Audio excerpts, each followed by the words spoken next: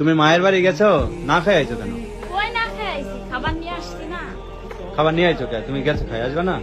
খাই আসবো, তুমি যাও না, এর লেগেই তো খাবার নিয়ে আইছি। তুমি বাড়িতে খাইবা, বর্তা বা না খাইলে বলবা এটা কি বলবো? বলবো না, মানুষ মায়ের বাড়ি গেলে খাইয়ে আসে না, খাবার কি নিয়ে আসে? খাই আসি নাই, নিয়ে আসি তো। নিয়ে আসি তো। নাকি তো তুমি আমার জন্য এত দরদ কে তোমার? ধরো কে তুমি খাইবা, বর্তা বা না খাবো, মন করে কি বলবা এটা বলবো না। বলবো না।